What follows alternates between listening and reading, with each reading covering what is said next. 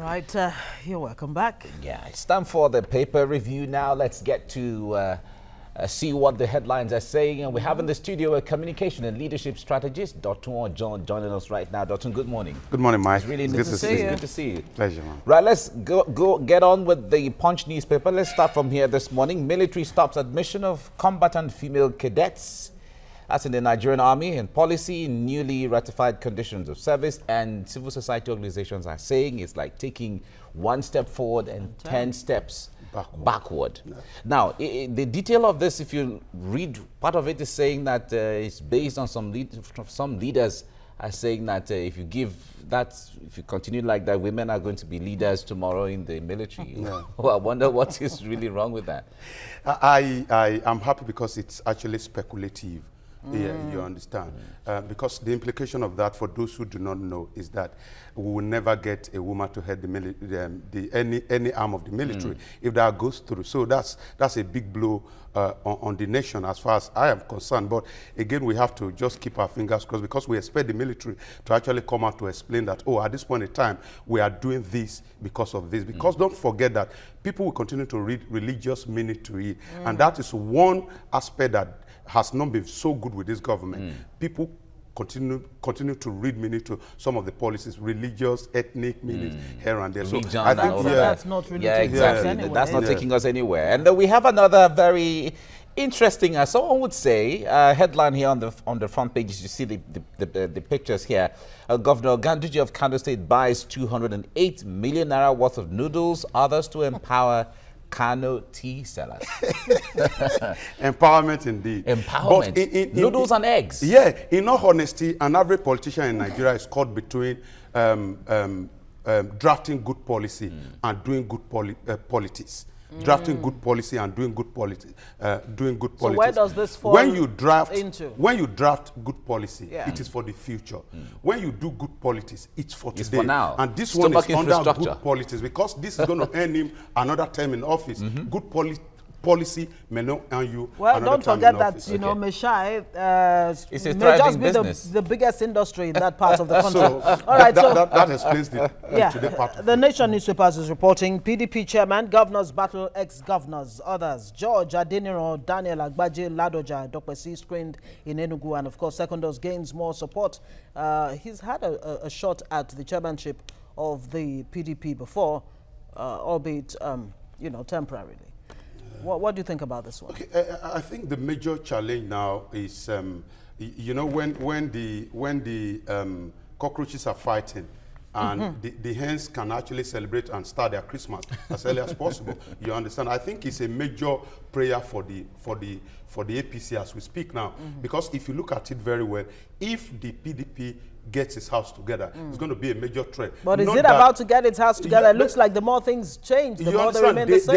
They are just like APC. PDP is not used to the art of opposition, because they are used to having a national leader who always called everybody together and say, oh, this is exactly what I want. A person of the president. And they follow. Now they do not have that national leader. That's why everything seems to be falling apart. Okay, and EFCC gets Buhari's nod to hire 2,250 new staff. Of course, don't forget, during the budget layout, the president had clamped down the employment of any new staff in the MDAs, but the EFCC is getting the president's go-ahead. I think it's a good one. For me, I have advocated 1,000 more staff for EFCC, because if you consider the number of cases they need to handle, it's beyond the political circle. They run after the Yahoo boys, this and here. So I think they need more hands. And apart from that, too, more capacity on the part of those people that are already in the service. So it's a very good development at this point in time. Okay, let's move to the Vanguard newspaper now. We have the front lines here says on Maina,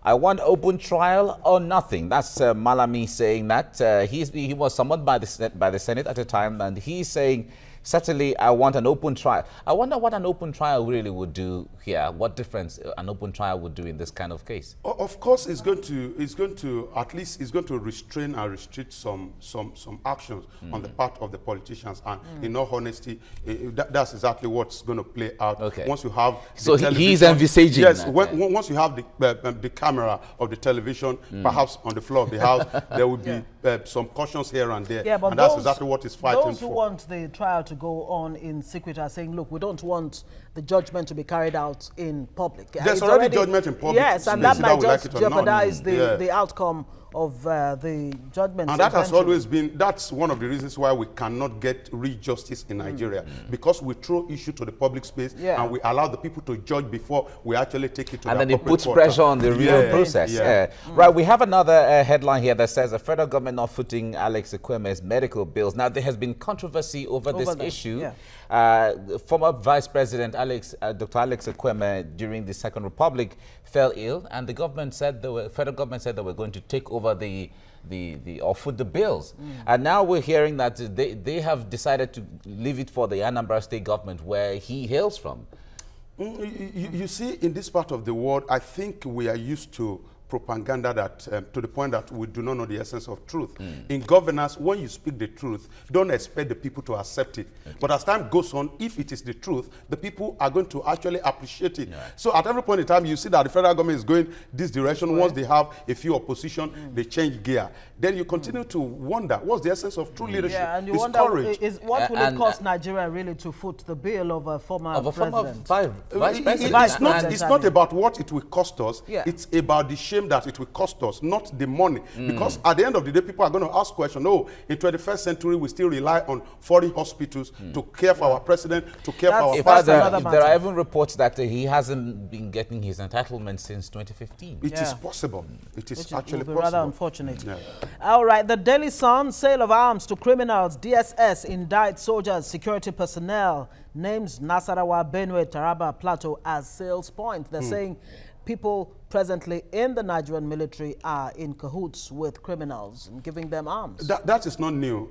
Incidentally, I grew in the barracks, and there was an incident that happened so many years ago. There was this particular corporal in the barrack who was actually selling arms to criminals around us. And this happens everywhere. Forget about the name of state. That could be a big market for some of these items. But it happens everywhere. All across the country. All across the country, including our state here in Lagos. It happens everywhere. So there's a need for us to continue to beam our searchlight on this and also take care of the welfare of the military personnel. Because when you look at it, at the end of the day, you also talk about welfare. How do we care for these people? Because in such a way that they don't, find themselves you understand, at least reasonably well. Reasonably well. Okay, we're boycotting, not disrupting Anambra Guba. That's the IPOB, proscribed IPOB. They still seem to have some oxygen. If I were in their shoes, I do a lot of strategy and planning. If I were in their shoes, in IPOB's shoes? If I were in their shoes, and I mean that, instead of going violent, I would have hijacked government through politics. Because if you look at the followership, they have a very huge followership. If today they say, oh, instead of going violent, we are going to present Mike as the governor of the state, there's all possibility that they're going to win election. Unfortunately, I'm not from there. So how would be a better, candidate? This complaint of this complaint that you can't come from Benue. Now, this complaint that we want to exit the nation because the nation is not developing will not be there, because at the end of the day, you have somebody who you can trust with the development of your state. So at that point in time, if the person refuses to develop, then you know that the problem we're having. In other words, so it means they're not playing their cards well. They're not playing their cards very well. Prefer alternatives. If you have something better, put it forward, and not necessarily through violence. Okay. It's in our habit to do the Mr. and Mrs. very quickly. Let's see. It's a Monday morning. That's time for some, comedy. I married you for richer, for poorer, in sickness and in health, till death do us part. That's the woman telling the That's Mr. the Mrs. The Mrs. telling the Mr. Okay. Mr. says that's not true. You married a rich and wealthy man. As for death, let him be for now. That's a cartoon segment on the Vanguard newspaper. All right, we have. I think let's round off with the Daily Times. We have this one here that says digital broadcast switch over. Reps seek amendment to NBC Act. Now, this issue has been on. For a while. Nigeria has, since 2012, we're going to switch over. We couldn't, and then we've been shifting and shifting and shifting and shifting. But now they've decided to start from, Plateau State to Abuja to, and spread gradually like that. But going forward, Do you think all the agencies of government that are supposed to ensure the switchover are really ready on the same page? When you talk about technology in Nigeria, I think we are not ready. People keep talking about technology, but we are used to analog lifestyle, and that's what you see even in government. And that's why it's as if we are crawling with our policies, because 21st century governance is a digital one, either we like it or not. So I doubt whether we are totally ready, especially when an act like this is being driven within the civil service. And come to think about it, get to the civil service, any of the offices today, you see how backward we are when we talk about technology. Files are still moved in a very crude way. And you know what, actually, the IMF says that since 1960, developmental policies have remained the same in Nigeria. Because we have the same mindset. I totally agree. Yeah. I totally agree. Because when you get to... I guess we'll have to leave it there. But of course, we're retaining you. Let's retain you for... We're looking into education budget for 2018 next. And so you're going to be, unraveling this for us. Thank you. Yeah. Stay with us on TVC Breakfast. We'll be discussing the budget allocation to education sector shortly. Stay with us.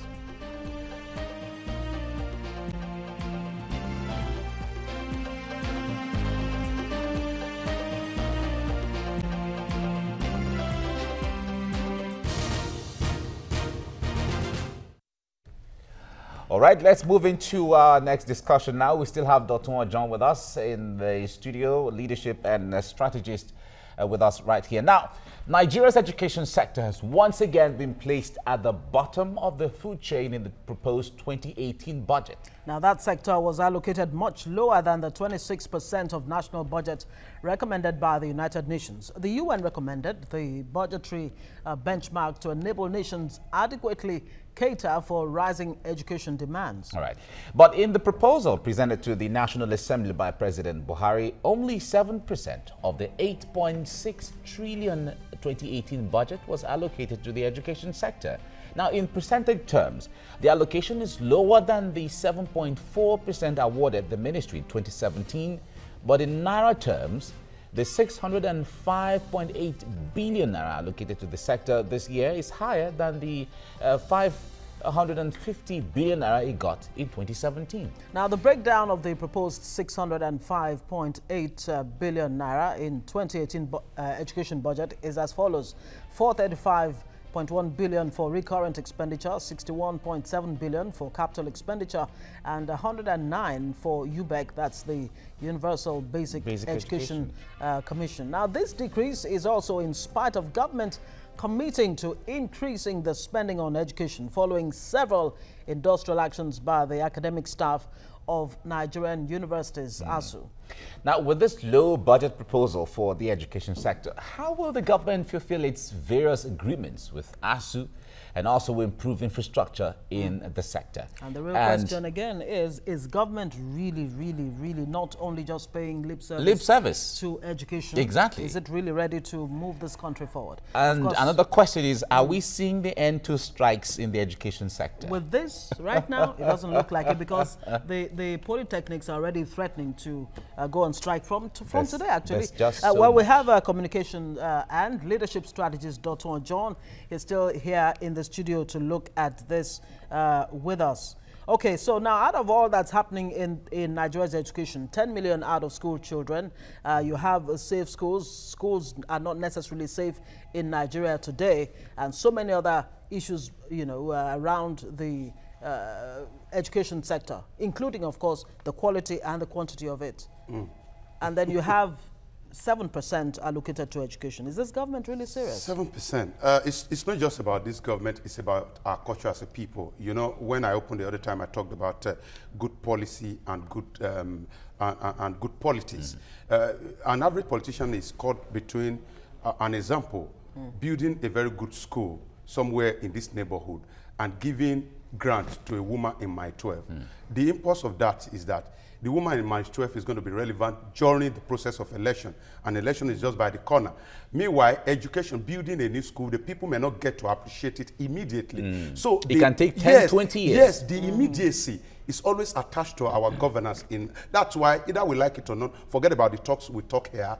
The reality of what we have in governance today will never allow education to take lion's share of whatever 26 or 20-something percent that the United Nations is talking about. So we have to talk about the reality of the nation, the seriousness of government, the understanding of the people and their own expectation. I doubt whether as a people we are really expecting our government to pay that much attention to education the way we really talk about it. Now, when it comes to the federal government, it seems in every sector, the federal government is always overwhelmed with the ability to handle whether it is power, whether it is education or agriculture, or whatever it is. But if I have to narrow it down to the various segments in the country, the Western region, during the First Republic and all of that, perfected a strategy for education. Today, the Western region, or the Western, or Southwest is called now, is the most educated in the country, from NBS statistics and all of that.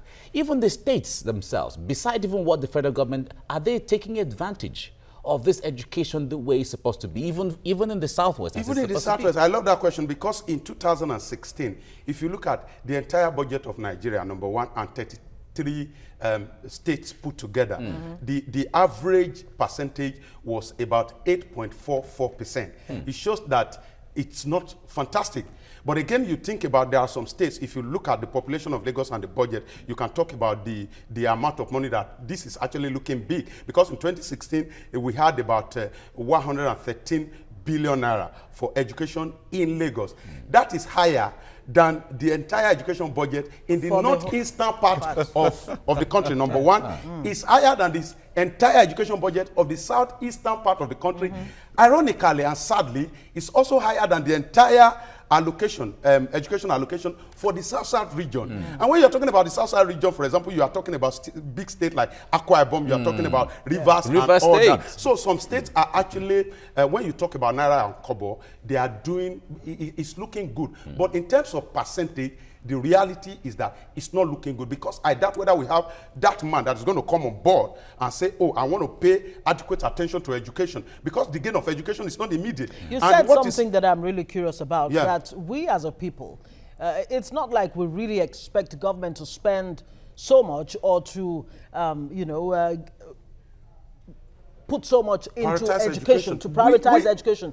So the problem may just be we ourselves, the people, and government understands that, look, they don't expect much from it anyway, that is true. So we can get away with 7% or 5%. If you invest heavily in education today, or in some of these sectors that will not take money directly into the pocket of the people, go walk the street of K2 and you continue to hear the people complain that, oh, we don't even know what the government is doing, because we are a people driven by now. At our own level, so we are not interested in how much the government commits to education.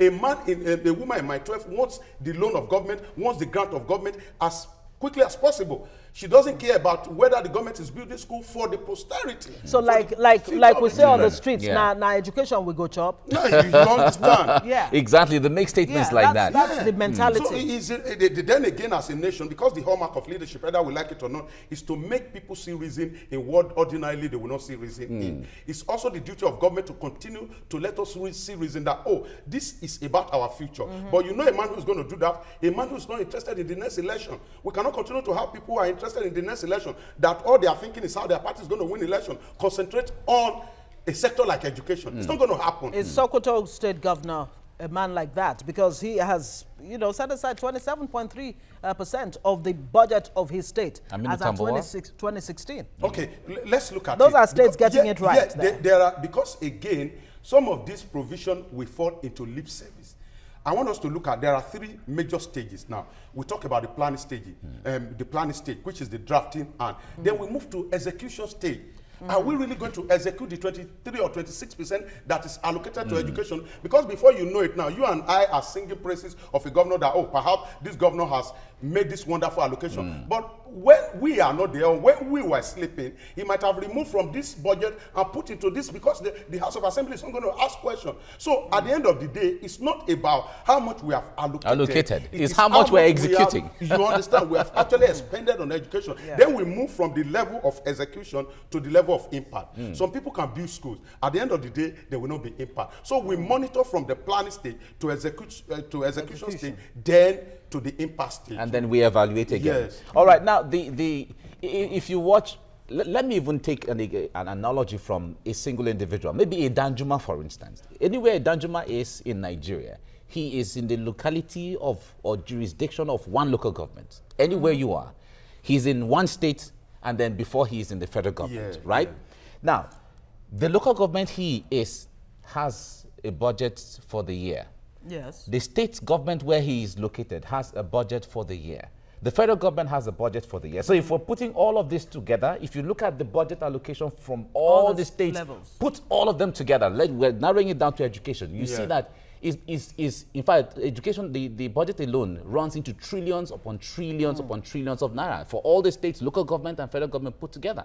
But when it comes to that policy that is going to make that Danjuma stand well, he and his family, wherever they are, and benefit the impact you're talking about, do you think the federal government, the state and local government are even working at cross purposes when it comes to education as a whole? It's Mike, sadly, it's about every aspect of our living as a people. And that's why people have always clamored for restructuring. My own idea of restructuring is different. One of the ideas I have about it is what we are talking about. So if we want to have something on the exclusive list of the federal government, let us identify it and know what percentage input we should expect from each state and the local government. Unfortunately, we do not have something like that. Everybody wants to make a statement on television. So it's about that big building that I've built in the name of a classroom. I don't care whether it has impact on the people. So it's not just about education, but since we are narrowing down on education, I want to tell you that as we stand now, and it's not a bad prophecy, in the next 4 or 5 years, I am not seeing education coming at top of our budget, as in having, I'm not even talking about taking its rightful place, something that is reasonable. I'm not even talking about 26%. I'm talking about 15%. I'm talking about 16%. Or the 17% that we had in the early 70s. And it's not just having the allocation, it's at least working with it and executing some of the project that's going to benefit the people. In line with what you just said, some analysts somewhere only recently said, look, it's not even a question of upping the numbers when it comes to whatever you earmark for the different sectors of the economy. It's about really having a strategic plan to say, look, this is what we want Nigerian education to be like, and this is what we want it to achieve in the next decade or two. What kind of Nigerians or educated Nigerians do we hope to have in the next, few years? That is the crux of the matter, and that is what is missing. It's seriously missing, because you made mention of something that what kind of graduate do we, or what kind of educated Nigerians do we also want to have at the end of the day? Because we have not even got it right at the level of definition of who we really want or what we really want in terms of education. Is it just about people? Is it just about us having space as universities and people going in there to graduate, or we really want to be deliberately technological about the graduates that we are shunning out? So there must be a shift. The problem why we are still like this is because we have a traditional way of thinking, of doing things, even in the education system. That's why the people we are even producing at the end of the day cannot fit into 21st century education graduate. You understand? We have questions here and there. So I think we need to be deliberate in our budgeting. And being deliberate is not a product of Naira and Kobo. It's about, okay, what exactly do we want to achieve with what we have now? Is it about building new university? Is it about paying ASU? Is it about meeting agreement? And let the Nigerian people know that, oh, this is exactly where you are going. So that at the end of 12 months, I can sit down and say, oh, this is where the federal government says it was going at the beginning of the year. And, oh, perhaps maybe we have reached 80% on that. But because we lump everything together, we just want to do everything together. At the end to make a statement. Yes, we are not doing that. Right. If we have to take. You remember we were talking about Rwanda the other time, where people are taking their kids out of private schools to public schools, because it is no longer because the public schools are so, one, they are cheap. Number two, they have the quality. They have everything it takes, that it is no longer feasible to take your child or ward to the private institutions. Mike, it will even surprise you that the children of these public teachers are not in public schools because they take them to private schools. And even the principals, some principals in public schools have their private schools. So what at the end of the day, what do we want to achieve? If we make a law, or we are thinking about making a law that public doctors, those who work in public hospital, should not have private clinic or private hospital, we should also think about banning some of these teachers from taking their children to public schools. Is it just the teachers? Is it just the teachers? What about the politicians? Everybody. So we know that we are stakeholders and we want to do everything possible to ensure that at least the sector. But you know, policies like that don't stand, and even if they stand, it's certainly going to infringe on politics. It's going to infringe on benefits of the next election. It's going to infringe on freedom. It doesn't work because of the next election. Yes, because you remember what happened in Edo State the other time. They wrote what was it called, test. I mean the teachers, and they felt that some of them were not qualified. Exactly. And the governor, it just happened in Kaduna State. It's happened in Benue. It's happened in Kwara State. And because the governor was aware that maybe his party was going to lose election, he quickly reverted. Until we have somebody with courage and says, "Oh, it's not about me or my political party. After all, we need to work for our future." All these things are workable. It's because number one, we lack the courage. Number two, we are thinking about the next election. Number three, we do not think about the future. We are just about the people speaking of which, speaking of what you just referred to now, Kaduna State Governor, we hear plans to sack some 22,000 teachers because of the failed tests and class 4, you know, so many other things that have come out of whatever their findings are. And some groups are already saying, look, don't even go there. Don't even think of sacking these teachers because, of course, you're going to throw people into the unemployment market and it will have a knock-on effect. You see, the art of leadership is not an art of yes. You don't say and it's not a popularity contest. You understand? It is not. This thing is not going to have positive impact on my state. And I'm going to go ahead with it. It doesn't matter whether at the end of the day, whether I lose election. People are going to come back and appreciate me. So we need courage in leadership to be able to drive our policies in the education sector. All right, communication and leadership strategist, Dr. John, thank you so much for coming on the program this morning. Thank you very much.